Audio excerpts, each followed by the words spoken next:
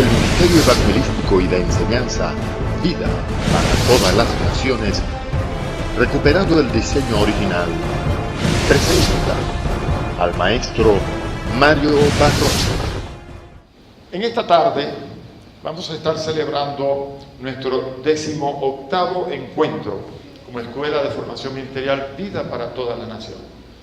Estamos estudiando esta materia que hemos titulado Eclesiología, volumen 1, y ya hemos avanzado durante 3 enseñanzas. Hoy vamos a tener la 4ª enseñanza, y hemos estudiado algunas cosas bien interesantes y necesarias de conocer por la Iglesia en relación con las 3 partes en que se divide la eclesiología. Hemos dicho ya que la eclesiología tiene 3 divisiones importantes en las cuales se desarrolla todo el tema, y es que debemos conocer que hay una iglesia que es la iglesia invisible, la iglesia como un organismo. Es la primera parte de la eclesiología.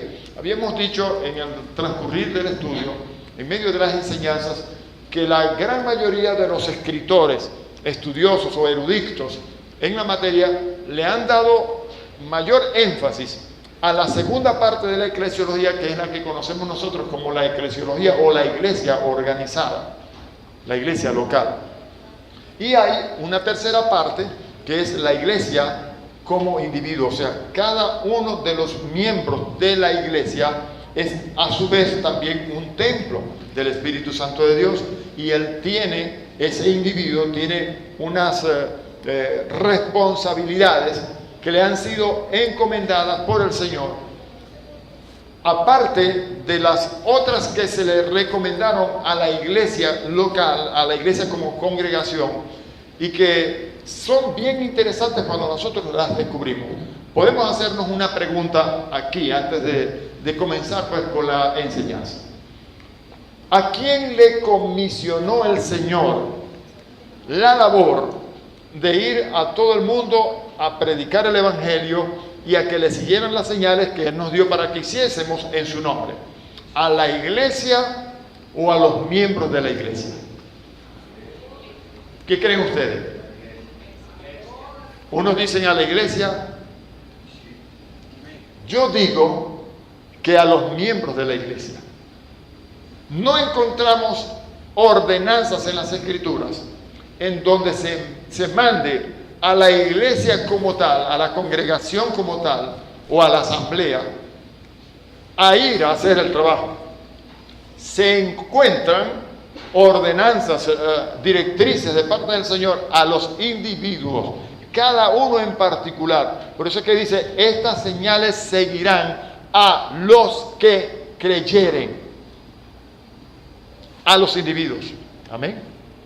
Pondrán las manos, ¿quién las va a poner? Cada persona, cada individuo, cada creyente, sobre los enfermos, y sanarán.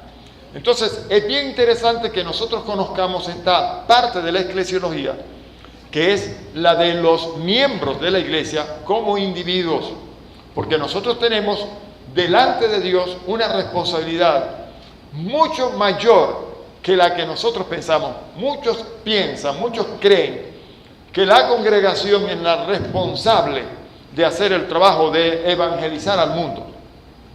Pero realmente quien es responsable ante Dios de evangelizar al mundo son los miembros de la iglesia. ¿Cómo es que leemos allá en el capítulo 7 del Evangelio de Mateo?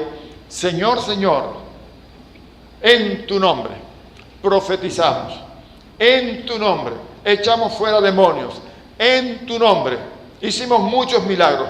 ¿Quiénes son los que están diciendo? ¿Las iglesias o personas? ¿Y qué les dice el Señor a estas personas? Apartaos de mí, hacedores de maldad, no os conozco. Entonces, claramente, obviamente, nosotros podemos suponer, podemos entender, podemos definir que a quien el Señor Jesucristo les está hablando es a personas. Entonces, hay mucha gente que hace cosas en el nombre de Jesús, pero que no son reconocidas por Jesús. ¿Por qué? Porque no las está haciendo conforme a la voluntad de Jesús. Hay personas que hacen cosas en el nombre de Jesús, pero que no son vistas por Jesús como obras de Dios, sino como obras de maldad. ¿Cómo es que Jesús les dice a ellos? Apartaos de mí, hacedores de maldad. Pero hermanos, está profetizando. Ya explicamos en la enseñanza anterior que profetizar en este caso puede referirse a la predicación de la palabra de Dios, a la enseñanza. No solamente el hecho de predecir, porque profetizar, muchas personas piensan que tiene que ver con el predecir. Pero profetizar significa edificar, exhortar, consolar. Amén. Profetizar significa exponer un mensaje de parte de Dios. Amén. Entonces aquí en este caso nosotros estamos hablando de que personas profetizaban, predicaban, enseñaban en el nombre de Jesús. Pero Jesús les dice que ellos son hacedores de maldad y que no les conocen. Entonces es importante pues que nosotros conozcamos y seamos conocidos de Jesús. Conozcamos a Jesús y seamos conocidos de Jesús. Y que lo que nosotros estamos predicando, lo que nosotros estamos haciendo, sean las obras que Él quiere que nosotros hagamos. Por ejemplo, Pablo iba con los que le acompañaban en un viaje misionero a Frigia, Bitinia, Panfilia. Eso está en el libro de Hechos de los Apóstoles. Se le presentó a Pablo de noche una visión en sueños de un varón macedonio que le decía: pasa a Macedonia y ayúdanos. Ellos entendieron que Dios les estaba llamando a cambiar sus planes. Los planes de ellos era ir a Frigia, Bitinia, Panfilia, y ellos iban a hacer algo bueno. Pero el Señor les estorbó, el Señor les prohibió prácticamente hacer o seguir adelante con su proyecto, que no era malo, era bueno. Pero si ellos siguen adelante con su proyecto de ir a visitar estas ciudades, estos lugares, a pesar de que el Señor les había mostrado de que fueran a Macedonia para predicarle a los macedonios, entonces se les contaría eso como obra de maldad. Hay mucha gente que está haciendo una labor ministerial, y podemos decirlo entre comillas, pero desobedeciendo por completo lo que en realidad el Señor quiere que se haga. Hay personas que están haciendo una labor ministerial que no es la que el Señor les mandó que hiciesen. Entonces, pueden estar haciendo muchos milagros, pueden estar echando fuera demonios, pueden estar construyendo muchas iglesias. Amén. Pero el Señor en aquel día les dirá que son obras de maldad, no son obras reconocidas por Él, porque no fue lo que Él les demandó que hiciesen. Ok, de esto nosotros ya hemos hablado en varias ocasiones y es bien interesante que nos ubiquemos. Vamos a hablar un poco de esto y por esa razón pues quise presentar o exponer una idea de lo que vamos a ver, porque hay mucha confusión, hay mucho desorden en cuanto al trabajo que la iglesia está haciendo. Cuando nosotros venimos a la iglesia, y permítame retomar otra vez esto, cuando nosotros venimos a la iglesia, como decimos hoy, venimos a la iglesia, vamos para la iglesia, nos vemos en la iglesia, estamos llamando iglesia al lugar de reunión que nosotros tenemos, ¿ok? Cuando deberíamos ya estar claros de que cuando nos reunimos, la iglesia se reúne en su templo, en su local o en su capilla, pudiéramos decirle, en fin. Pero estamos llamando iglesia al lugar donde nos reunimos la iglesia. Los que en realidad somos la iglesia, nos reunimos en un sitio. Amén. ¿Para qué nos reunimos en ese sitio? ¿Para qué? Para ser capacitados. Ahora, ¿cuál es el propósito de ser capacitados allí en ese sitio? Hacer la obra del ministerio de la edificación del cuerpo de Cristo. Eso está en Efesios 4. Ok. ¿Para qué somos nosotros equipados? ¿Para qué nosotros somos capacitados? ¿Para qué somos formados? Que es la idea de reunirnos en un lugar como iglesia. Allí en el sitio donde nos reunimos hay 5 dones ministeriales que el Señor Jesucristo nos dio para este propósito, para este fin. El ser equipados, el ser perfeccionados, el ser capacitados. Ahora, ¿quiénes son los que van a hacer la obra? ¿La iglesia o los miembros de la iglesia? Los miembros de la iglesia. Los miembros de la iglesia. Cada uno en su lugar, cada uno en su área, cada uno donde esté, a donde pueda llegar. Usted dígame una cosa. ¿Quién fue o qué iglesia fue la que ganó a toda Samaria para Cristo? Fue Felipe, un solo hombre, un miembro de la iglesia de Jesucristo, un solo hombre. Él, que había sido ya capacitado, primero sirvió como diácono de la iglesia en Jerusalén, y el Señor, siendo este diácono, lo levantó como un evangelista. Así que el evangelista salió en Samaria, habló la palabra de Dios, habló del Señor Jesucristo, y toda Samaria recibió la palabra con gozo. Ahora, él no solamente llevó la palabra, él usó una palabra que fue poderosa, porque ésta logró que todo un pueblo, toda esa gente de Samaria pudiera creer que Jesucristo es el Señor. ¿Qué hizo luego? Este solo hombre llamado Felipe les bautizó en el nombre de Jesucristo. O sea, los bautizó para que ellos fueran sumergidos en la autoridad, el poder, la gloria, la majestad que hay en Jesús. ¿Ok? Pero además de eso, ¿qué hizo Felipe? Un solo hombre. Sanó a los enfermos, levantó a los paralíticos, echó fuera a los demonios. Hubo milagros portentosos allí en ese lugar. Capítulo 8 de Hechos de los Apóstoles. Amén. Entonces, mis hermanos, entendamos pues, es cierto, hay una iglesia universal, hay una iglesia invisible. Hemos hablado abundantemente de esto porque es el campo, o es la parte de la eclesiología que menos se ha enseñado en las escuelas, en los institutos, y de la que menos se ha escrito por estos autores.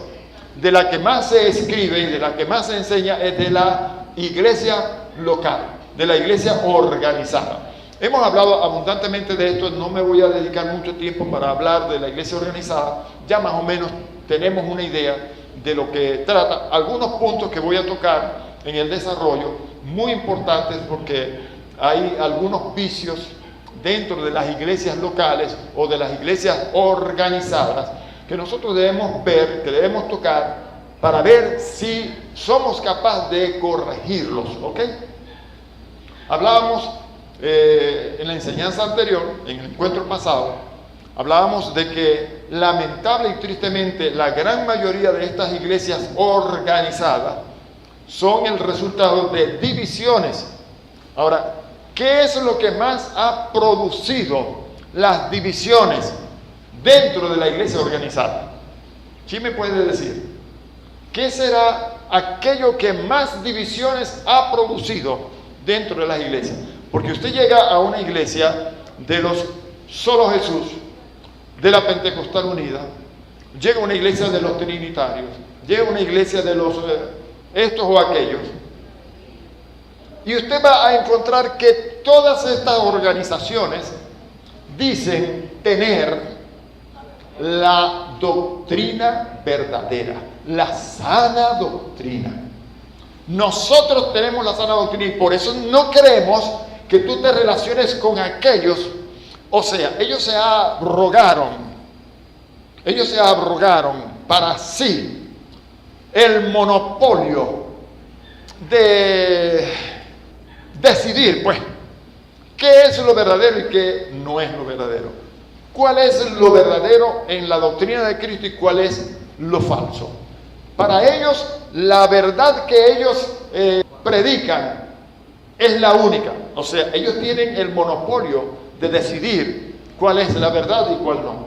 Ahora, los otros quedan por fuera. Aquellos no tienen el mismo derecho que tienen estos de decidir cuál es la verdadera doctrina o la sana doctrina, como le dicen la gran mayoría. Yo he llegado a lugares, especialmente allá en los puertos de Altagracia, en donde, hermanos, usted ve a las hermanitas de la congregación que usan unos vestidos hasta aquí, hasta la planta de los calzados, y se colocan unas franelas o suéteres que le llegan casi hasta la mitad de las manos, y si es posible un cuello de tortuga que le tape el cuello hasta aquí, hasta la barbilla. Y hermanos, ¿saben qué es misión imposible? Que usted le vea nada a estas hermanitas, porque ellos son de la sana doctrina. Yo les invitaría a ellos que fueran a visitar algunas tribus en África, donde algunos misioneros han ido a llevar el evangelio, donde las hermanitas se van al templo a adorar a Dios, y para ellos es tan honroso, y para los maridos de tanta gloria, que sus esposas vayan con su torso descubierto. Para ellos es una honra que sus mujeres vayan con el torso, ¿sí?, completo, descubierto. Las mujeres usan una faldita tejida de algunas palmas. Entonces, ¿cómo quedan aquellos? Ellos pueden decir, hermanos, nosotros tenemos la sana doctrina, pero la sana doctrina para ellos, dentro de su cultura, es que la mujer va a ir al templo con sus pechos descubiertos, porque para ellos es gloria, es honra. Entonces, ¿cómo quedamos? Ahora, estos aquí dicen que la sana doctrina es la que ellos practican. La mujer con un cuello tortuga que le tapa hasta la barbilla, se le ven los dedos de las manos de chiripa, porque si no, para mover el vestido hasta la planta de los zapatos. Y entonces, hermanos, ¿cómo hacemos con ellos? Ellos son la sana doctrina. Dicen ellos que son la sana doctrina. Ellos tienen el monopolio de decidir qué es sana doctrina y qué no. Es terrible esto. Ahora, la gran mayoría de las iglesias que han surgido por causa de divisiones se debe a las diferencias que hay en las doctrinas. Ahora, ¿cuál es el problema? El problema es que ni estos ni aquellos tienen la verdadera doctrina. Porque si ellos tuvieran la verdadera doctrina, nunca jamás se habrían dividido. ¿Qué piensa usted? ¿Por qué nunca se habrían dividido? Porque la iglesia que tiene la verdadera, única y sana doctrina es una iglesia que no puede dividirse. Es la iglesia de Jesucristo. La única iglesia. ¿Usted ve? La iglesia invisible, la iglesia como un organismo, como un cuerpo, la novia, la esposa del Cordero. Esa iglesia sí tiene la verdadera doctrina. Esa iglesia ama a los miembros de ese cuerpo. Esa iglesia no puede ser dividida por nada ni por nadie. Allí es donde está la sana doctrina. Ahora, ¿cuál es la sana doctrina? ¿La interpretación que le da este o la interpretación que le da aquel? No. La Biblia no es para interpretación privada, y eso lo dice ella de sí misma. Porque la Escritura no es de interpretación privada. La Escritura tiene una sola interpretación. ¿Cuál es la interpretación única que tiene la Escritura? La que Dios le quiso dar, y punto. Así que el único que tiene la verdadera y sana doctrina es el Señor Jesucristo. Entonces, ¿qué fue lo que Jesucristo hizo? Bueno, Él primero trajo su única y verdadera doctrina de parte de Dios nuestro Padre. Se la transfirió a sus discípulos, quienes yo les puedo asegurar que a cabalidad, al pie de la letra, se encargaron de transmitir también a su vez a otros lo mismo que recibieron del Señor. Amén. Ellos, la doctrina que recibieron de Cristo fue lo que le hablaron al resto del pueblo. no lo que yo creo, lo que a mí me parece. Aquí se hacen las cosas como mando yo, porque yo soy el pastor, yo soy el que gobierno, yo soy el que manda aquí. Así hay muchos pastores. O como yo escuché en cierta ocasión de cierto hermano que dice ser apóstol de Jesucristo. ¿Ok? Y él dice que como él es apóstol, él tiene la responsabilidad de establecer su propia doctrina en la iglesia. Yo estuve visitando con el hermano Luzardo una iglesia donde llaman una escuela de evangelistas en Bobure, allá al sur del lago. Y estando allá me enteré de varias iglesias cuyos pastores dicen ser apóstoles. ¿Y qué creen ellos? Bueno, ellos establecieron en sus congregaciones que no hay necesidad de que una pareja vaya a las autoridades civiles para firmar un contrato de matrimonio, sino que ellos son los únicos que tienen la autoridad para casar una pareja en la congregación. Entonces, vienen los hermanos al pastor, al apóstol, se le pone la boca grandísima como el púlpito, como la corneta esa.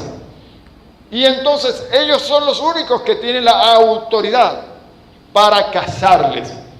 Ahora, yo les puedo asegurar que esto es un gravísimo error, porque la palabra de Dios nos enseña allá en Romanos capítulo 13 y otros muchos pasajes más, que nosotros debemos sujetarnos a las autoridades superiores, porque las que hay por parte de Dios han sido establecidas. Y nosotros aquí tenemos leyes, tenemos una constitución que debemos respetar y que debemos guardar. Así que en Venezuela, en cualquier lugar de Venezuela, está establecido que una pareja para casarse tiene que ir primero a las autoridades civiles, firmar un contrato de matrimonio ante estas autoridades y después con su documento, con su acta de matrimonio, viene al ministro según sea la creencia de cada uno para que bendiga ese matrimonio. No es cierto que nosotros casamos a nadie. ¿Sabe quién es el que se casa? La pareja. Él y ella son los que se casan. Yo no caso a nadie. Entonces, cuando ellos deciden casarse, van a las autoridades y firman un contrato, un convenio que ellos acordaron y le dan legalidad ante las leyes de su país, en este caso de Venezuela, de un convenio, de un acuerdo que ellos hicieron. Entonces, con ese documento vienen al pastor, al ministro de Dios, le dicen: hermano, ya nosotros legalizamos nuestra decisión de unirnos en matrimonio. Queremos que nos bendiga nuestra unión. Entonces viene el pastor y bendice dicha unión. Usted ve cómo estamos haciendo tantas cosas totalmente erradas. Apóstoles estableciendo su propia doctrina en su iglesia, y entonces ellos son los que tienen la autoridad de casar.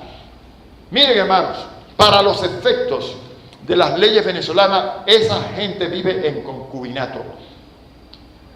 Aunque el concubinato, cuando se van a las autoridades establecidas y firman un documento legal de concubinato, a los efectos de la ley es como un matrimonio, igualito, es un matrimonio. El matrimonio, el casarse, no depende de los hombres, es la pareja la que decide casarse. Lo legalizan ante las autoridades y lo bendicen ante el ministro de Dios. Amén. ¿Les parece? Me están mirando feo ustedes, no sé por qué será así. Parece que no están de acuerdo con eso.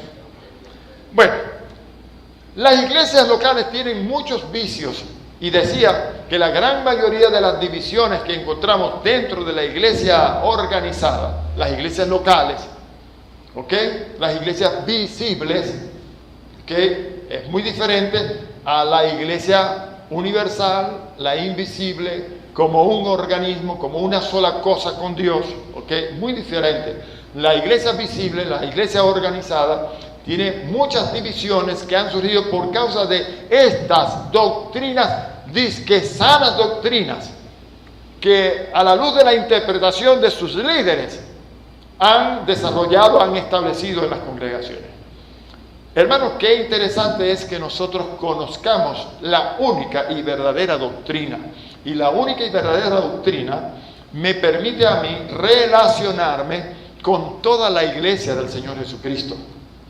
No es posible que nosotros podamos o nosotros estemos en una congregación en donde el pastor me prohíbe a mí visitar a la congregación que se llama de otra manera o que pertenece a otra organización. No es posible, hermanos, que yo esté en un lugar y que no pueda inscribirme en un instituto bíblico o en una escuela de formación ministerial que no pertenece a nuestra confederación, a nuestro concilio, a nuestra organización, etc. No es posible que esto esté sucediendo, pero lamentablemente está sucediendo. Yo les decía, hermanos, nosotros aquí recibimos a todos. Mire, si a mí me llega un brujo para decirme, mire, pastor o maestro Mario, yo quiero inscribirme en la escuela que usted dirige. Bienvenido, hermano. De una vez lo inscribo. Siéntate, ojalá y escogiera el puesto de adelante. Porque yo le voy a asegurar una cosa, que una vez que ese brujo comience a recibir la palabra de Dios, le va a pasar lo que le pasó a Simón allá en el capítulo 8 de Hechos de los Apóstoles. ¿Qué pasó con Simón el mago que había allá en Samaria? Se hizo el asistente de Felipe. A mí me llegan brujos, me llegan curas católicos, romanos o de donde sea para inscribirse. Los recibo con los brazos abiertos para que la palabra de Dios pueda entrar a ellos y la palabra limpie sus vasijas de tanto contenido errado que tienen, de tanta basura del diablo que tienen. Ok, bien. Entonces, hemos hablado de la iglesia como una asamblea local. Hemos hablado mucho sobre esto. Vamos a mirar algunas cositas brevemente aquí para pasar entonces al otro punto, que es al que deseo darle más lugar durante este encuentro. Hemos dicho que la asamblea organizada, la iglesia local, es la reunión o congregación de todos aquellos que profesan creer que Jesucristo es el Señor, ¿ok? Es la asamblea de los creyentes profesantes de Jesucristo en cualquier localidad. Nosotros podemos encontrar que hay muchas designaciones que se le dan a esta iglesia local o a esta iglesia organizada. Por ejemplo, en las Escrituras nosotros encontramos que se les llama la iglesia de Jerusalén, la iglesia de Cencrea, se conoce la iglesia de Tesalonicenses. Si nos vamos a Apocalipsis, encontramos que allí hay 7 iglesias mencionadas que se encontraban en Asia y cada una de ellas tenía el nombre de la ciudad o donde estaba asentada esta congregación. Escribe al ángel de la iglesia en Éfeso, escribe al ángel de la iglesia en Laodicea, escribe al ángel de la iglesia en Tiatira. Usted ve, son iglesias locales, iglesias organizadas, establecidas en estas ciudades. Y así encontramos muchas designaciones en las Escrituras de iglesias establecidas. Ok. Yo pregunté en la enseñanza anterior, hermanos, ¿creen ustedes que allí en esas iglesias establecidas o iglesias locales o iglesias organizadas está Dios? ¿Sí o no? ¿Qué piensan? ¿Ah? Claro que está Dios, por supuesto. Habrá en quienes no lo está, porque no todo el que me dice Señor, Señor. Es cierto, hay trigo y cizaña creciendo juntos en esta iglesia organizada. Hay lobos rapaces disfrazados como ovejas dentro de la iglesia organizada. Hay ministros de Satanás disfrazados como ministros de justicia en estas iglesias organizadas. Usted ve. Ahora, en la iglesia verdadera, en la iglesia universal, la iglesia invisible, la iglesia como un organismo, esto es, la iglesia que es una sola cosa con Dios, la iglesia que es el cuerpo de Cristo, que es la novia o esposa del Cordero, que es el pueblo que ha nacido de nuevo, que es el pueblo creado por Dios de entre los judíos y de los gentiles, en esa iglesia yo les aseguro que no va a encontrar ni cizaña, ni lobos rapaces disfrazados como ovejas, ni ministros de Satanás disfrazados como ministros de justicia. ¿Por qué? Porque la iglesia verdadera de Jesucristo no tiene rótulos, no está dividida, no está organizada. La iglesia está en los individuos, en las personas. Y por eso es que a las personas, a los individuos, nosotros debemos darle mucha importancia dentro de la eclesiología. Amén. Tenemos de la verdadera iglesia aquí. Tenemos de la verdadera iglesia en la que llamamos católica, apostólica y romana. Tenemos de la verdadera iglesia entre los anglicanos, tenemos entre los bautistas, tenemos entre los pentecostales, tenemos entre los calladitos, pero allí hay parte de la verdadera iglesia. Ahora, ¿quién es el que conoce? ¿Quién verdaderamente es parte de la verdadera iglesia? Usted no, ni yo. El Señor los conoce. Conoce el Señor a los que son suyos. Amén. Él conoce a los que son suyos. Ahora, nosotros tenemos que hacer ese trabajo con todo el que se acerca aquí. Yo he tenido la experiencia de tener en la congregación que he pastoreado en alguna oportunidad personas a quienes yo veía sinceramente como personas muy consagradas al Señor. Yo los veía que estaban allí en la congregación y a mi parecer eran unos tremendos cristianos, pero me llevé mi sorpresa en el momento dado y me di cuenta de que eran tremendos lobos rapaces. O sea, he vivido muchísimas experiencias como maestro. He visitado, usted no tiene idea de qué cantidad de iglesias en muchas partes de Venezuela y de otros lugares fuera de Venezuela. Y he conocido pastores al frente de congregaciones que son ladrones. Una vez yo estuve en una iglesia y el pastor me dijo: mire, varón, nosotros en nuestra iglesia tenemos una política. Todas las ofrendas que se recogen durante la campaña con el predicador invitado son para ese predicador. Los diezmos que entren durante este tiempo de campaña o de seminarios o lo que sea son de la iglesia. Los diezmos es otra cosa, pero las ofrendas son para el predicador. Así que, hermano, lo que aquí se recoja durante la semana de campaña o seminario, lo que sea, eso es para usted, ¿sabe? Ah, bueno, qué bien, gloria al Señor, hermano, me parece bien. Voy yo al tercer día y se me daña el carro. Se daña el alternador del carro. Y llegamos con las luces bajitas y yo preocupado, le dije al pastor: mire, pastor, tengo este problema, esta necesidad, voy a hablar con la congregación. Ah, bueno, hermano, no hay problema. Le dije: hermanos, estaba full el templo. Hermanos, tenemos esta necesidad. El pastor me comunicó que usted tiene aquí una política con los predicadores invitados, así asado. Entonces el carro se dañó, el alternador, hay que repararlo para poder venir aquí a continuar con la campaña. Necesitamos arreglarlo. Así que si usted había pensado traer el sábado, el domingo, el último día de campaña, una ofrenda especial para bendecir nuestro ministerio, pero lo puede hacer hoy, o puede dar una parte hoy y la otra la puede dar después, yo le agradecería para poder arreglar el carro y poder seguir viniendo. Amén. Bueno, hermano, sí, amén. Y se recoge la ofrenda.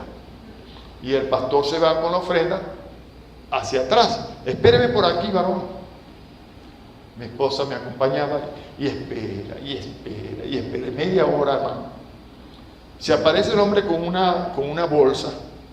Clic, clic, clic, clic, clic. Sonaba bastante las moneditas que había. Tome, varón, eso es suyo. Ah, bueno, gloria a Dios, hermano, gracias. Nos vamos y vamos al otro día a tratar de reparar el alternador del carro, y cuando contamos la ofrenda habían como 80, 86 bolívares, algo así, puro ripio, puras moneditas, billeticos de 2, de 5, el billete más grande que había era de 10 bolívares. de 10 bolívares en aquel entonces. Bueno, conseguí la plata prestada, me recuerdo que costó 360 bolívares la reparación del alternador. Conseguí la plata prestada y lo mandé a reparar, y en la noche yo llego al servicio y cuando voy a empezar la enseñanza le digo: hermano, quiero compartirles de parte de Dios una palabra para su propio beneficio. Mire, cuando usted tenga a un predicador invitado en su congregación, sea generoso, bendigan a ese hombre. ¿Cómo es posible que yo ayer les diga a ustedes esta necesidad? Que había que reparar el carro para poder seguir viniendo acá. Y hermanos, puras moneditas y puros billeticos de 2 bolívares, de 5 bolívares. El billete más grande que había en la ofrenda era de 10 bolívares. Ustedes deben aprender a ser más generosos con los hombres de Dios. Y se empiezan a levantar los hermanos en la congregación. ¿Cómo? Hermano, discúlpeme, pero yo metí ahí billetes de 50, y yo metí de 100, y yo también metí de 100, y yo también. Y se empieza a levantar el montón de gente a decir que ellos metieron en la ofrenda billetes de 100, billetes de 50, billetes de 20. El billete más grande que el pastor me entregó a mí fue de 10. Y el pastor se levanta delante de toda la congregación y me dice: varón, ¿qué estás haciendo? Me estás poniendo como ladrón. No, yo no, hermano. Yo no te estoy poniendo como ladrón. Tú eres un ladrón. Y tú quedaste identificado delante de la iglesia como ladrón. Me robaste mi ofrenda. ¿Entiendes? Eso lo hay en la iglesia organizada, en la iglesia local. Pero en la verdadera iglesia de Jesucristo, la iglesia única, la verdadera, no puede pasar eso. No puede haber divisiones, ni pueden haber truanes de esta calaña.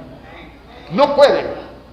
Por doctrina, mire, usted no tiene ni idea la cantidad de iglesias que se han dividido por cuestiones de doctrina, por las diferencias que hay en la doctrina, porque cada uno le quiere dar su propia interpretación. Pero como lo dije antes, la Biblia, la Escritura, no es de interpretación privada. Aquí dice esto, pero yo creo que lo que quiere decir es aquello. No hay tal cosa como eso. Hay una sola doctrina que estableció el Señor Jesucristo para su iglesia, y esa única doctrina es la que tiene que ser enseñada a su iglesia. Esa fue la que Él le enseñó a sus apóstoles, y los apóstoles enseñaron a los discípulos de estos más adelante, y esa es la doctrina que nosotros tenemos que seguir predicando y enseñando. Cuando Dios se me apareció en la persona de Jesucristo y me habló y me mostró cuál era su voluntad y propósito para con este ministerio que me había confiado, me dijo: quiero que recuperes el diseño original de mi palabra para la iglesia. Si usted tiene la guía, ¿alguno de ustedes tiene la guía de eclesiología? ¿Alguien la tiene? ¿Qué dice la portada allí? Mire la portada de la guía. Aquí dice: origen y estructura de la iglesia, Tratado de Eclesiología, volumen 1. Pero mire lo que dice aquí: conociendo el diseño de Dios. A mí el Señor me demandó y me demanda.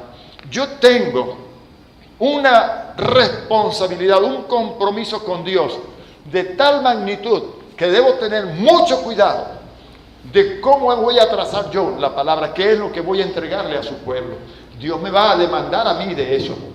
Entonces el Señor me dijo, en otra ocasión en que se me apareció: mira, aquí te entrego este libro. Este libro contiene todas las revelaciones que yo te he dado desde el principio hasta el día de hoy. Quiero que se las enseñes a mi pueblo. Entonces, no es que Dios me estaba dando revelaciones o cosas nuevas de la palabra, no, la misma palabra que está escrita, pero que Él me permitió conocer con claridad, porque me la reveló. Se quitó el manto, quitó lo que mantenía oculta esa verdad, me la mostró con claridad, la entendí y me dijo: bueno, quiero que la enseñes a mi pueblo. Después el Señor se me apareció otra vez y me dio otro libro y me dijo: Este libro contiene las revelaciones que nunca has escuchado a ningún predicador, que tú nunca has recibido. Las revelaciones que yo te doy, las revelaciones nuevas de la palabra de Dios. Y desde ese momento en que el Señor me entregó este otro libro, hubo un espíritu de sabiduría y de revelación tal sobre nuestra vida, que el Señor me ha revelado cosas que mucha gente no ha podido ver en la Escritura, pero que cuando las analizamos y cuando las tocamos, la gente dice, verdaderamente es así. ¿A quién usted le ha escuchado alguna vez enseñar el asunto del bautismo, como lo ha escuchado en este ministerio? Yo voy a hacer una pregunta. Hoy en día, en las iglesias, los pastores, para bautizar a una persona, primero la someten a 2 años, 3 años de doctrina, porque la sana doctrina les demanda a que ellos primero den evidencia de que son verdaderos cristianos y tienen que conocer la doctrina. Les hacen un examen. Por allá me decía el hermano Luzado que le hicieron el examen en el Sanedrín a un grupo de la iglesia que querían bautizar, y entonces sacaron a relucir situaciones vividas en la vida mundanal antes de conocer a Cristo. No podemos bautizarlo porque usted estuvo saliendo con aquel hombre que era casado, pero es que yo no conocía a Cristo, yo ahora soy una mujer nueva. Sí, pero salía con él y ese pecado. Hermano, cosas como esa, ¿cómo es posible? Usted ve. Sí, eso es un Sanedrín, eso no es más nada. Eso es un Sanedrín. Ahora son 3 meses de clase. Ahora, yo le voy a decir una cosa. Le voy a decir algo. Vamos a reflexionar aquí. Vamos a tomar un ejemplo bíblico. Los 12 apóstoles del Cordero. Les voy a preguntar, ¿con qué fórmula fueron ellos bautizados? ¿En qué bautizo fueron ellos bautizados? El bautismo de Juan, el mismo bautismo con que se bautizó Jesucristo, ¿verdad? Juan los bautizó en el nombre del Padre para arrepentimiento de sus pecados. Ahora, vino el día de Pentecostés, 50 días, 47 días exactamente después que Jesucristo ascendió, sobre ellos. Y el Señor Jesucristo allí les bautizó en el Espíritu Santo. ¿Ah? Pero no fue la formulita que nosotros utilizamos hoy en las iglesias. Y el Espíritu Santo, por supuesto, los añadió a ellos como miembros de la verdadera iglesia de Jesucristo. Los que encontró Pablo, los 12 discípulos que encontró Pablo, creo que es el capítulo 19 de Hechos de los Apóstoles. ¿En qué fuiste bautizado cuando creísteis? En el bautismo de Juan. Juan ciertamente bautizó con bautismo de arrepentimiento y les explicó el asunto y les bautizó en el nombre del Señor. ¿Cómo los bautizó? No los metió otra vez en las aguas. No los metió otra vez en las aguas. Le puso las manos sobre sus cabezas y de esa manera les impartió el don del Espíritu Santo. ¿Usted ve? Entonces, vamos a tener que sacar a los apóstoles de la Biblia, porque esos no están bautizados legalmente, como estos cabezones dicen que se deben bautizar a las personas. Porque ellos dicen que los bautizan en el nombre del Padre, del Hijo y del Espíritu Santo, pero ninguno habla en lenguas. Y a lo mejor ni siquiera el Espíritu Santo los añadió a la iglesia. Se ve cómo son las cosas en la iglesia organizada, en la iglesia local. Entonces, vamos a tener que tomar cartas sobre el asunto y corregir estos vicios y errores que hay dentro de las congregaciones. ¿Usted le había escuchado a alguien enseñar sobre esto? Ahora, en Hebreos capítulo 6, en el versículo 1, dice que dejemos ya los viejos rudimentos de la doctrina de Cristo. Ahora, ¿qué es lo que el escritor quiso decir con rudimentos de la doctrina de Cristo? La palabra rudimentos de la doctrina de Cristo allí son las enseñanzas para los recién convertidos, los nuevos convertidos. El ABC que debe conocer todo aquel que es introducido a la iglesia del Señor, no para bautizarlo, sino porque ya fue bautizado. Entonces, la doctrina de arrepentimiento, de horas muertas, de luna nueva, de bautismos, dice en plural, imposición de las manos, pero me llamó mucho la atención allí que no dice la doctrina del bautismo en singular, sino que dice de las doctrinas de bautismos. ¿Por qué en plural? Es que está claro en plural porque realmente cuando se dice en el nombre del Padre y en el nombre del Hijo y en el nombre del Espíritu Santo, estamos hablando de tres cosas diferentes. Es un solo bautismo. Dice que nosotros hemos sido bautizados con un solo bautismo, sí, el que mandó Jesucristo. Ese bautismo que mandó Jesucristo es en el nombre del Padre, porque el Padre, como es santo, necesita que tú te arrepientas realmente de tus pecados. Y el sumergirte en las aguas es una señal de muerte y nuevo nacimiento. ¿Ok? Pero el Señor Jesucristo es el que te bautiza en el Espíritu Santo. Y sobre esto, miren hermanos, yo veo a tanta gente en iglesias que predican y practican estas cosas, pero yo no veo que la gente sale hablando en lenguas. ¿Qué pasa? Algo está fallando. Yo creo que nosotros estamos limitando a Dios, estamos limitando al Espíritu Santo de Dios por tantas cosas que hemos metido, dizque sana doctrina, dizque porque son la sana doctrina. Y hemos cerrado las posibilidades de que Dios se glorifique en medio de ese pueblo. Amén. Bueno, vamos entonces a entender esto. La iglesia local aparece en la Biblia, en el Nuevo Testamento, en muchas partes, se menciona en muchas partes. Hay una cantidad de textos bíblicos aquí que usted puede leer, los que tienen la guía, pues, y que se nos habla de grandes cantidades de iglesias que existieron en las casas. Vamos a leer brevemente algunas de estas, brevemente nada más. Algunas de estas, por ejemplo, en Mateo capítulo 18, versículo 17, dice aquí: si no los oyere a ellos, dilo a la iglesia, y si no oyere a la iglesia, tenle por gentil y publicano. Vamos a detener un poquito aquí. El Señor está dando una enseñanza a sus discípulos, a los que le seguían, y está hablando de una iglesia. Ahora, esa iglesia allí, ¿a qué se refiere el Señor? ¿A la iglesia que ya estaba establecida? No. ¿Por qué? Porque la iglesia aún no había comenzado. Pero quien está escribiendo aquí, Mateo, después de que el Señor Jesucristo murió y resucitó y ascendió para estar en la presencia de Dios y envió al Espíritu Santo de Dios y se estableció la iglesia como tal en este mundo, Él escribe de parte del Señor que esto es lo que se debe practicar. Y cuando Jesucristo les enseñó esto a ellos, es para que lo compartieran con su iglesia, cuando éste estuviera establecido, por supuesto. Ahora, en Hechos capítulo 8, el versículo 1 dice: y Saulo consentía en su muerte. En aquel día hubo una gran persecución contra la iglesia que estaba en Jerusalén.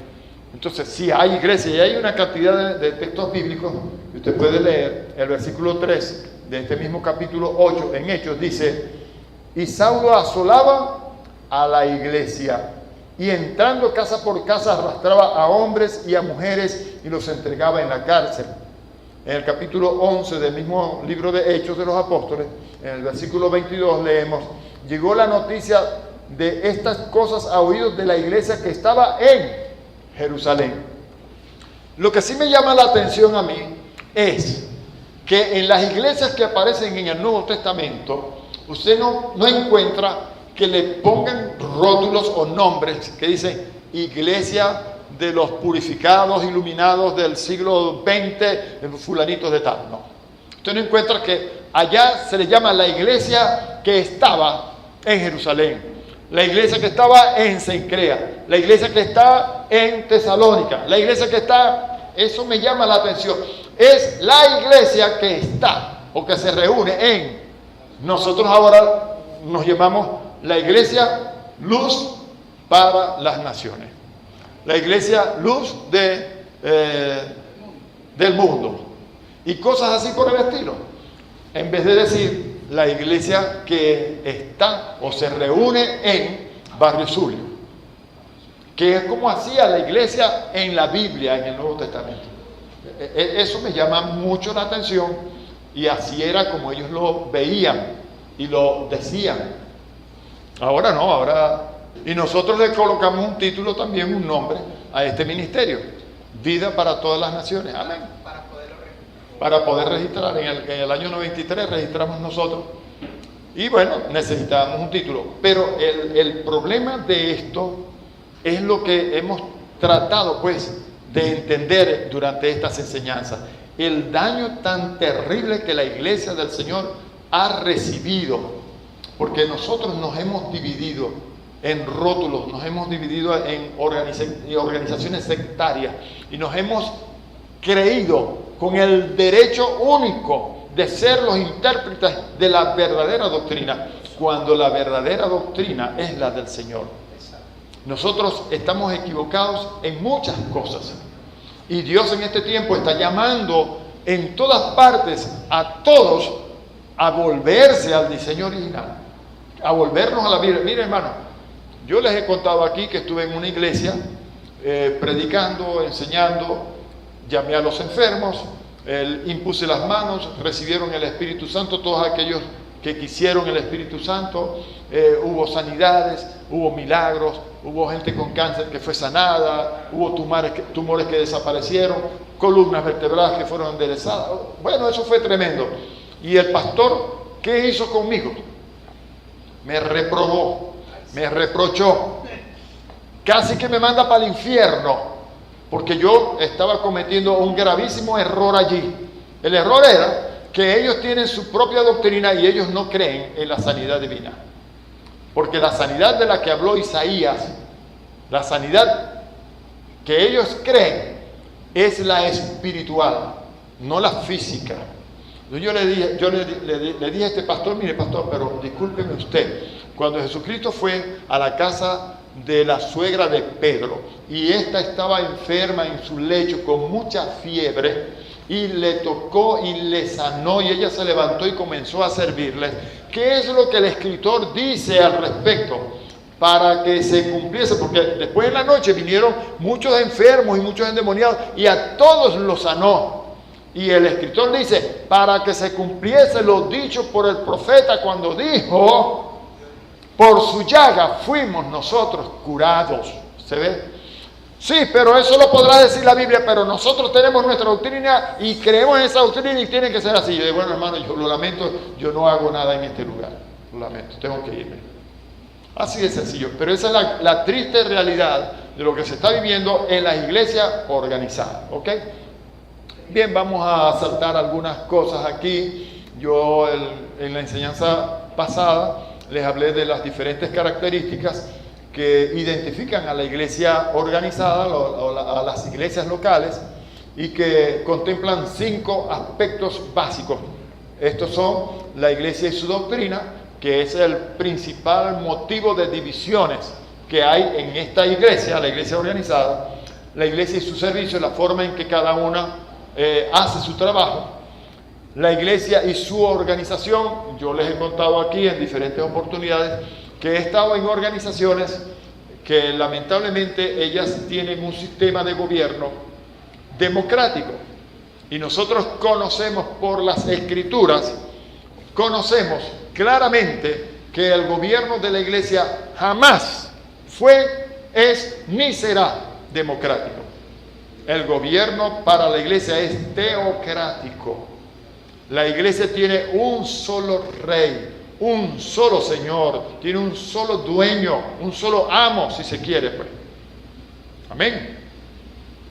Nosotros somos posesión del único rey que tiene la iglesia.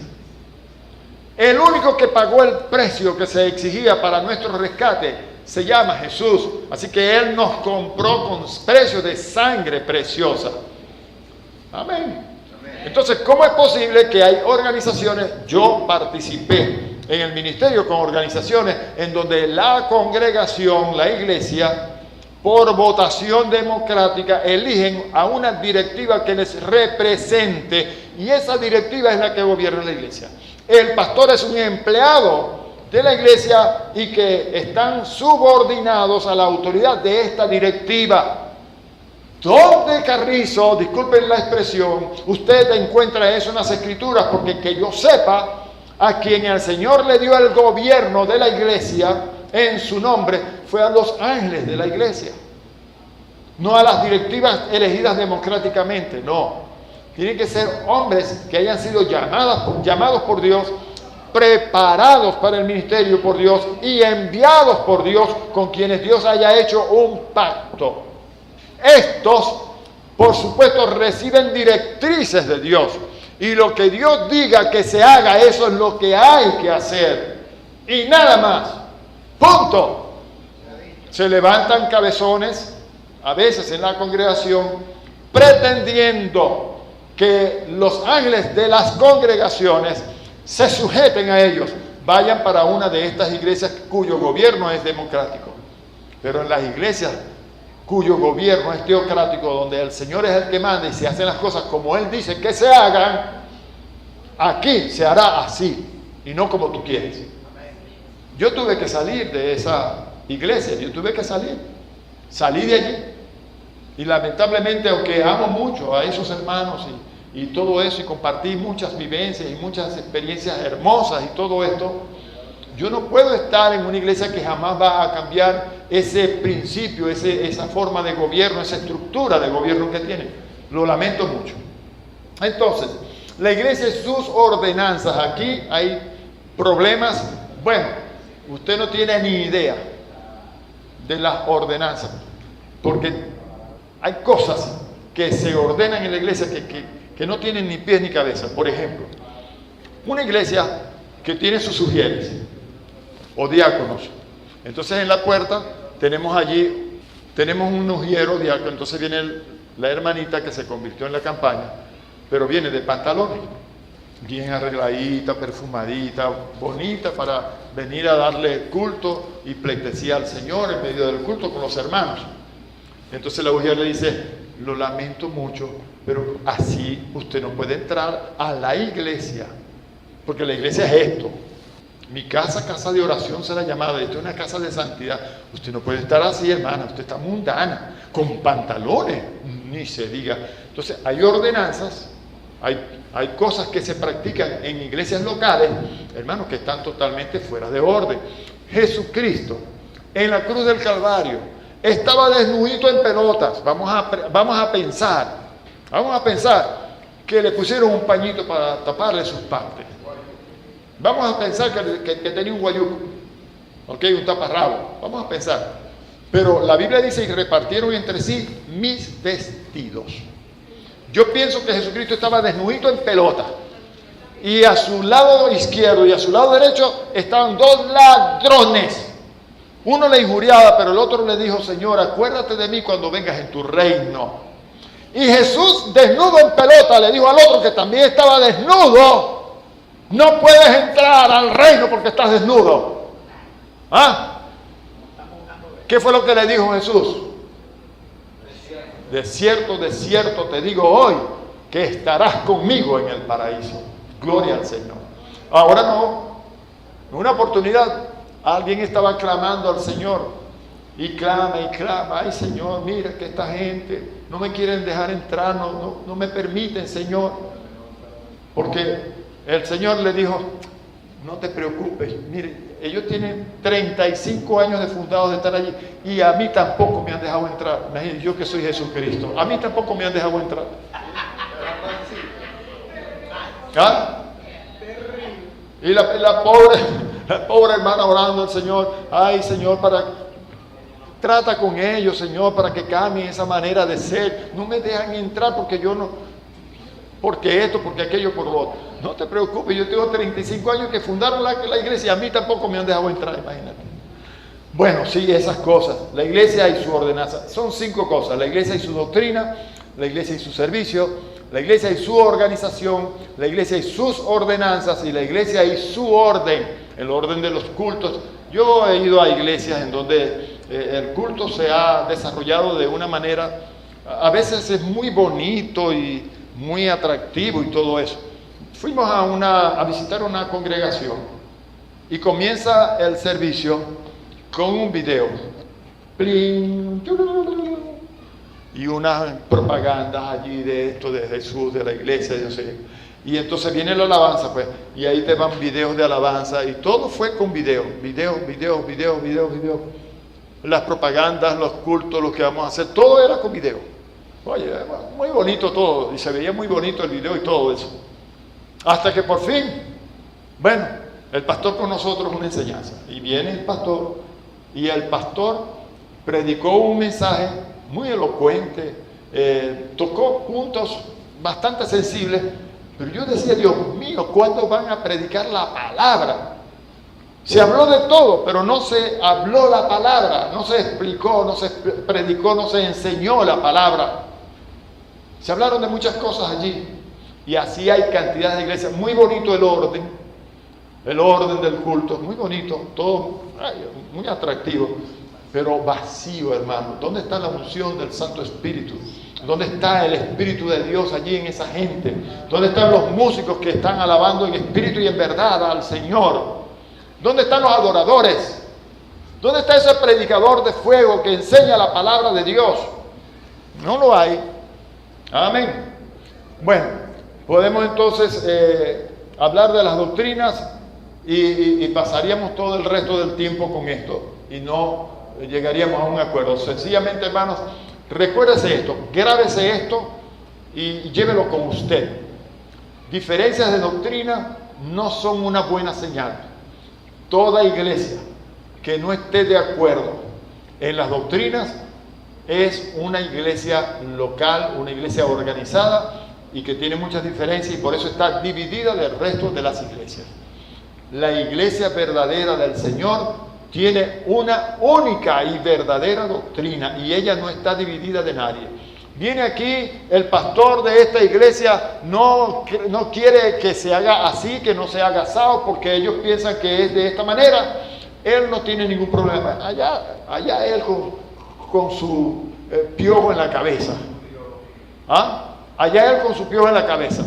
Pero él no tiene rollos con eso. Él se queda tranquilo y él no se divide, ni se enoja, ni se aparta, ni se aleja de allí por causa de esa diferencia, ¿no? Él está tranquilo. ¿Por qué? Porque es una persona que ha entendido que la iglesia del Señor está unida entre sí. Como Jesucristo oraba allá en el capítulo 17 del Evangelio de San Juan. ¿Qué es lo que Jesucristo oraba en el capítulo 17 del Evangelio de San Juan? La gloria que me diste yo les he dado, para que sean uno, así como tú y yo. La comparación, así como tú y yo, oh Padre, que ellos sean uno en nosotros, para que el mundo crea. Sean una sola cosa con nosotros. Bueno, esa persona puede entrar aquí, puede entrar allá. Por ejemplo, yo les puedo decir, hermanos, realmente yo puedo visitar cualquier iglesia. He llegado a iglesias cuyos pastores son ladrones, como les conté ahora. Iglesias cuyo gobierno es democrático, iglesias cuyo gobierno es teocrático, gobiernos donde pasan las miles de cosas, pero en todas partes, hermanos, yo me identifico y trato de unirme con los que son verdaderos adoradores para alabar al Señor. Y punto. Lo demás no me interesa, no importa. A mí no me van a hacer cambiar de doctrina porque una sola es la doctrina del Señor. Esa es la que me interesa a mí conocer y esa es la que yo voy a estar predicando siempre. La Biblia dice exactamente lo que quiere decir. Hay personas que dicen, aquí está escrito así, pero lo que quiere decir es lo otro. Hermanos, la Biblia dice exactamente lo que ella quiere decir. Ella tiene una sola interpretación y esa interpretación que tiene la Biblia, la única interpretación es la que Dios le quiso dar.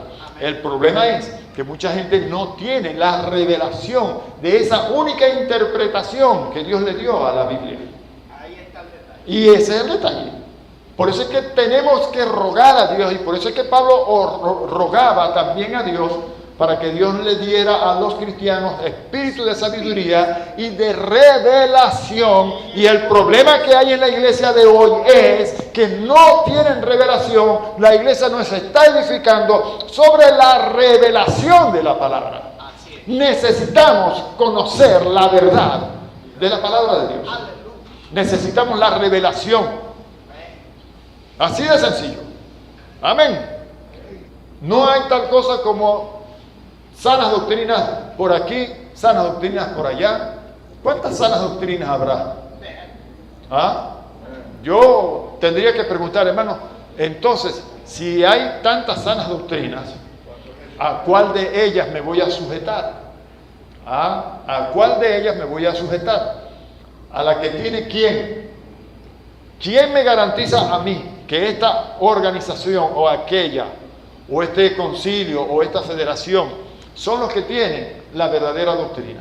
¿Quién me asegura que esa es la verdadera doctrina? La sana doctrina. ¿Ah? ¿Y por qué chocan con los demás? ¿Y por qué están divididos del resto del cuerpo? Entonces yo me pongo mosca y digo, no, cuidado. Me pongo con mucho cuidado, voy, ¿qué dice? A golpe y cuida, a golpe y cuida con esta gente. Amén. Bien, voy a pasar por alto una cantidad de cosas que tengo aquí, que ya las hemos resumido en lo que hasta ahora hemos podido compartir. Pero yo les voy a pedir que ustedes se lleven esa pregunta en su corazón. ¿Cuántas sanas doctrinas existen? ¿Ah? Porque hay muchas supuestas sanas doctrinas en la iglesia organizada. Las que se llaman así, las que se llaman de esta manera, las que se llaman de la otra. Hay muchas supuestas sanas doctrinas. ¿Cuál de ellas tiene la verdad? La que usan los pelos largos, que usan las ropas que no se les ven. Mire, para cazarle un picón a una hermanita de esta iglesia, ¡ay, Dios mío! Eso es misión imposible. Ahí los enfermos sexuales están fritos, hermano. No tienen nada. Ayuno eterno para los ojos puyudos de esa gente. Ahí no hay posibilidades de nada, hermano. Olvídese. ¿Cómo? Hay el otro extremo. Hay el otro extremo de hermanas que van con unas licras que aquella cosa, ay, Dios mío. Mejor me quedo callado. Pero usted se imagina lo que yo quiero decir. Hay y el otro extremo, pues el otro extremo. No solamente de las hermanitas, sino también de los hermanitos. ¿Ah? Entonces, ni el uno ni el otro. Sí, el problema de este tipo de doctrinas que son sanas doctrinas según ellos es muy complicado. Ahora, ¿por qué estos dicen que esta ropa sí o que esta ropa no? Es cuestión de su propia interpretación, porque no, la Biblia dice que el hombre no puede usar ropa de mujer, ni la mujer puede usar ropa de hombre. Entonces, la mujer no puede usar ropa de hombre, o sea, no pueden usar pantalones, porque el pantalón es ropa de hombre. Pero el asunto es que la ropa de los hombres en la Biblia son faldas. Entonces nosotros más bien estamos cometiendo el error de usar ropa que no nos corresponde, porque según la Biblia la ropa que los hombres, los machos meros deberíamos estar utilizando es faldas hasta abajo, como Jesucristo y los apóstoles. Y entonces las mujeres usaban pantalones en la Biblia. Pantalones abombachados. Se cambiaron los papeles. Aleluya. Y entonces estamos al revés. Yo una vez le dije a un pastor, pastor, yo le voy a hacer una pregunta. Pastor. ¿Usted se pondría una licra rosada con flores rojas? Pues es un pantalón, eso es de hombre. Hermano, ¿cómo piensa usted? Malicia el diablo. Pero es un pantalón, hermano. ¿Se lo pondría usted? Al pastor, ¿usted qué? ¿Usted se lo pondría, hermano? Hablo con los varones. A ver, ¿quién se pondría un pantalón licra rosado con florecitas rojas. Mi alma, mijito. El pastor me dijo, bueno, ese pantalón es de mujer, ¿verdad? Ese es de mujer, pero no de mujeres cristianas. Porque a mí me llega una mujer cristiana con una liga que se le ve esa cosa así, hermano, eso es malo, eso está fuera de orden, eso no es correcto. La mujer debe vestir con pudor, dice la Biblia. La mujer debe vestir con pudor. Ahora, yo empiezo, hay pantalones que la mujer se puede poner en un momento dado y dependiendo de la ocasión, ok, que no tiene ningún problema. Imagínense, hagan una excursión, una falda hasta aquí, una falda hasta aquí, una excursión para subir la montaña. Imagínense, ¿qué cree usted que va a pasar allí? Allí lo mejor es ponerse un pantalón, un blue jean. Claro, imagínense. No. Bolívar usó licra. Bolívar usó y eso era bueno. Y no solamente Bolívar, sino todo el mundo en esa época. Bueno, sí, eso mismo. Amén, estamos claros con esto, hermano. Amén. Bueno, vamos a seguir adelante. Vamos a meter un poquito entonces con en cuanto al sectarismo, a la división que ha habido en la iglesia organizada a través de los tiempos, y lo vamos a ver en una ilustración que encontramos en dos himnos que se escribieron en la misma congregación local con un año de diferencia el uno del otro. Entonces, en la iglesia, Sabino Baring Gould en 1865 escribió en cuanto a la iglesia este cántico, a ver si usted lo conoce, eso lo hemos cantado mucho. Somos solo un cuerpo y uno es el Señor, una la esperanza y uno nuestro amor. ¿Ve? Está hablando de qué cosa, una iglesia unida, una iglesia como organismo, una iglesia como cuerpo de Jesucristo. Somos solo un cuerpo y uno es el Señor, una la esperanza y uno nuestro amor. Volvemos a esta misma congregación donde este hermanito escribió este cántico un año después, y encontramos que hay otro hermano en 1866 llamado Samuel Stone que escribió en relación con la misma iglesia: aunque con desdeñosa admiración los hombres la contemplan, bajo dura opresión, por incisiones hechas pedazos, por herejías han sido rotos los lazos. O sea, estamos hablando de la misma iglesia, pero ahora dividida totalmente, vuelta un desastre o una opresión. ¿Qué pasó entonces? ¿Qué pasó? Y estamos en la misma iglesia, un año de diferencia, y mire todo lo que sucedió un año después. Esa es la triste realidad de lo que está pasando con la iglesia del Señor. La iglesia local, la iglesia organizada, le ha hecho mucho daño a la iglesia del Señor. Le ha hecho mucho daño. ¿Por qué? Por no conocer realmente que la iglesia del Señor es un solo cuerpo, como el primer hermano escribió en su himno. Un solo cuerpo, un solo Señor, una sola esperanza y un solo amor. El remedio entonces para una iglesia dividida, hermanos, es bien interesante esto. El remedio pues para una iglesia dividida no se logra por una sencilla unión de las organizaciones, aunque esa unión daría un aspecto mejor ante el mundo, ¿verdad? ¿Qué sería, qué creen ustedes que sería lo que solucionaría este problema que hay en la iglesia? Miren, hermanos, cuando yo empecé a predicar, a enseñar que el Señor Jesucristo oró en el capítulo 17 de San Juan y que Él allí nos entregó algo que nos capacitaba para hacer las obras mayores que las que Él hizo, según lo que el Señor Jesucristo le dijo a los discípulos cuando el episodio, la escena de Felipe que le preguntó: Señor, muéstranos al Padre y nos basta. Y el Señor les dijo: tanto tiempo hace que estoy con vosotros con ustedes y aún no me conoce, Felipe. El que me ha visto a mí ha visto al Padre. Y en ese mismo escenario, en ese mismo momento, lugar, el Señor les dijo a ellos: el que en mí cree, las obras que yo hago, Él las hará también, y aún mayores hará, porque yo voy al Padre. Y aún mayores hará, porque yo voy al Padre. Yo siempre me pregunté, ¿cómo es posible que nosotros podamos hacer obras mayores que las que hizo Jesús? Por el solo hecho de que Él iba al Padre. Y en un principio, cuando yo comencé a tener revelación de Dios al respecto, yo decía, bueno, nosotros tenemos algo. Así comencé enseñando, predicando acerca del asunto. El Señor no tenía algo que nosotros tenemos hoy. ¿Qué es eso? Bueno, el Señor Jesucristo no tenía a un Señor Jesucristo al lado del Padre intercediendo a su favor.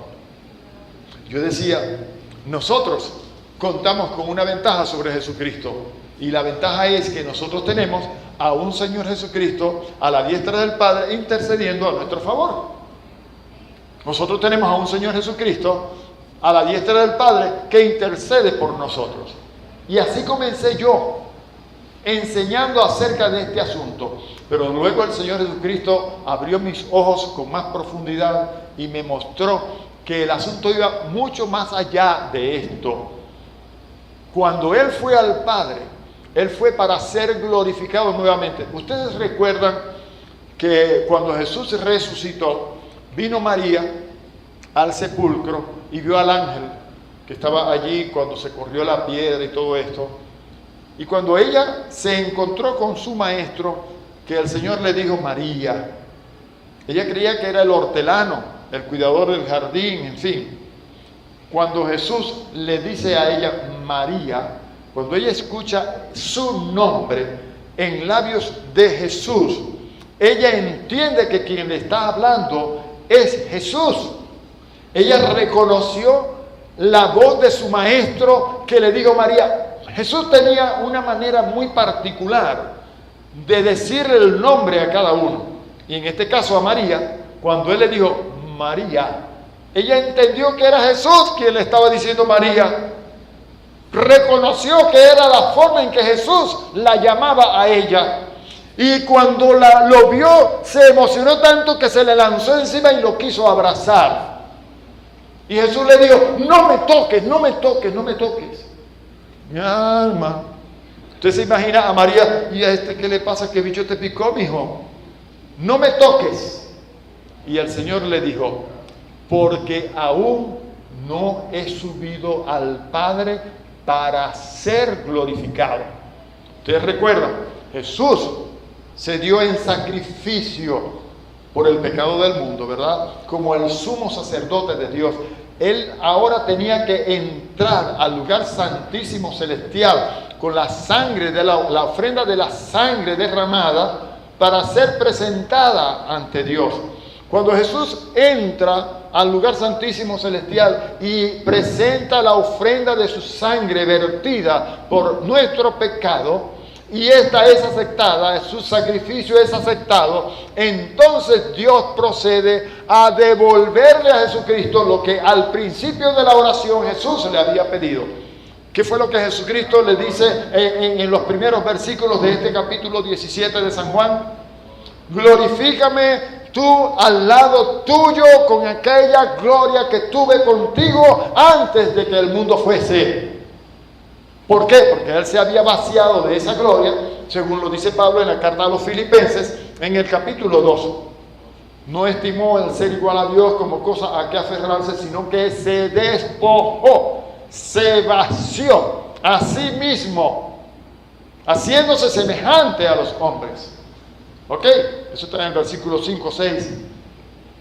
Entonces, ahora cuando ya Jesucristo estaba llegando a la culminación del propósito de Dios con su vida entre los hombres, le dice, bueno Señor, ya he cumplido los propósitos, he hecho todo lo que me mandaste que hiciese, te he glorificado delante de los hombres, ahora glorifícame tú al lado tuyo con aquella gloria que tuve contigo antes de que el mundo fuese. ¿Por qué tenía que ser glorificado otra vez con aquella gloria? Porque Él se había vaciado de ella. Él la había dejado a un lado, Él se había despojado, vaciado, desvestido de su gloria que tenía como Dios. Por eso es que yo siempre he dicho, hermano, Jesucristo, nada de lo que hizo entre los hombres lo hizo porque era Dios. Ni los milagros, ni las sanidades, ni los demonios que expulsó. Ninguna de estas maravillas las hizo porque Él era Dios. Él se hizo semejante a los hombres, a nosotros.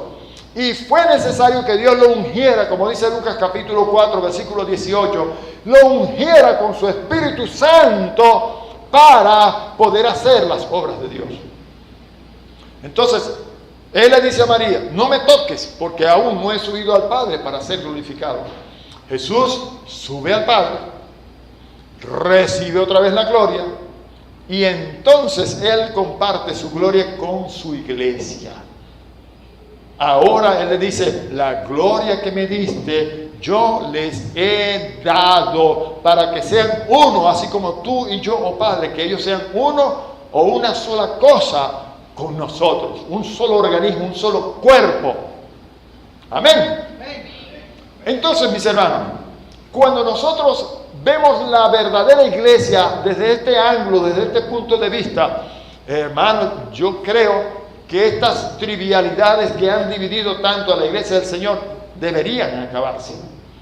La gloria que nosotros hemos recibido del Señor es la gloria misma de Dios.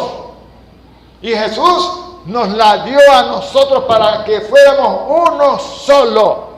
No solamente nosotros como iglesia, sino con Él y el Padre que está en los cielos. Amén. El que se une al Señor, un espíritu es con Él. Amén.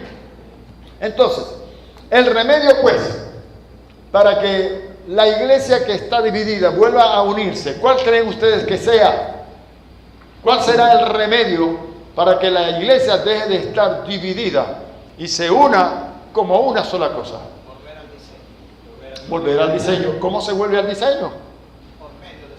Por medio del conocimiento de su palabra. El diseño original está aquí.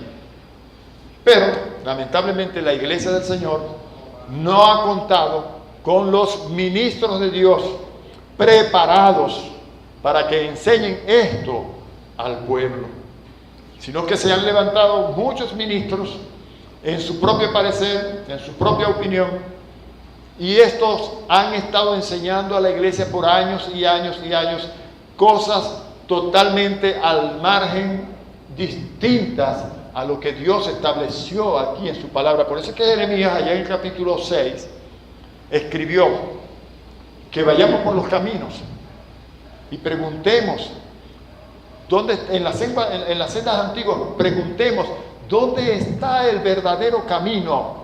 Y hermanos, el único y verdadero camino es Jesucristo. Yo soy el camino y la verdad y la vida. La iglesia que Jesucristo se vino a edificar está fundamentada sobre una roca, y como ya lo hemos explicado y lo hemos analizado tantas veces, esa roca es la revelación de su palabra. Amén. Gloria al nombre del Señor para siempre. Gracias, Señor. Termino con esto para que entonces le demos lugar a la parte del examen. Pudiéramos hablar aquí de estos 5 aspectos o características de la iglesia, pero lamentablemente no tenemos ya tiempo para ello. Voy a leer 2 versículos en Primera de Juan, el capítulo 3 y el versículo 14, y luego vamos a leer en la misma carta de Juan, la primera carta, capítulo 4, versos 7 al 10. Dice: nosotros sabemos que hemos pasado de muerte a vida en que amamos a los hermanos.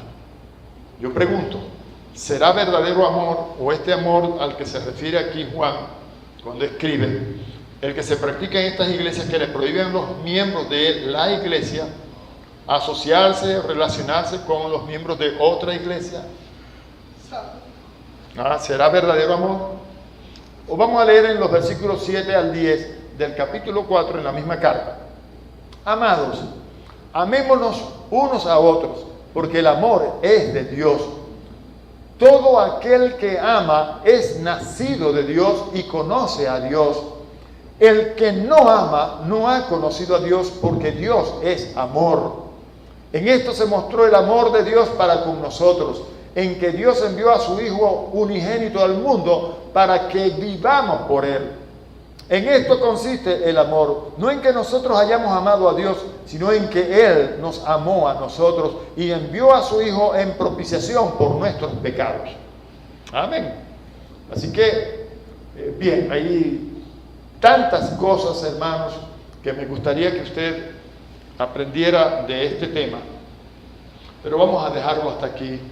En verdad, en cuanto a la iglesia como miembros, hay mucho que nosotros debemos hablar, debemos conocer. Vamos a concluir con este pensamiento que en el nombre del Señor les voy a compartir.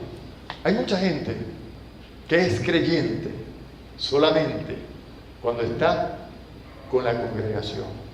Termina el culto, termina el servicio, se fue para su casa, se fue para sus quehaceres de la semana.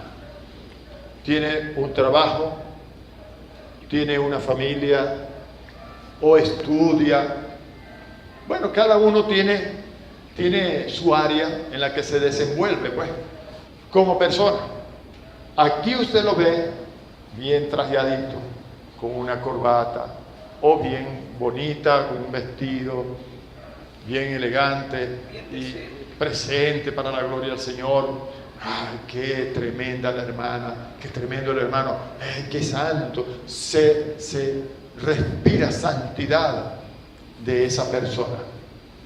Sale de aquí y se va para su casa, para su trabajo, para sus estudios.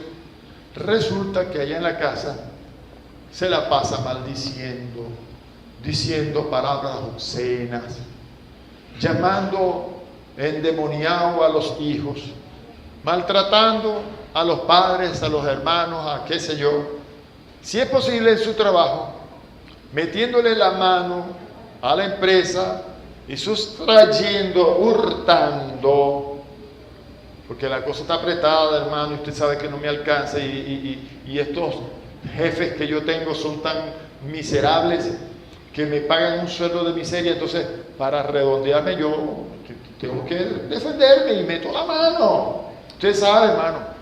Pero es que tú eres cristiano, o qué carrizo tú eres, pues. Porque eso, que yo sepa, se llama robar. Y los ladrones no tendrán parte en el reino de los cielos. Entonces, en la iglesia nos vemos bien pequeñitos, bien bonitos. Ay, qué santidad, la del hermano, la de la hermana.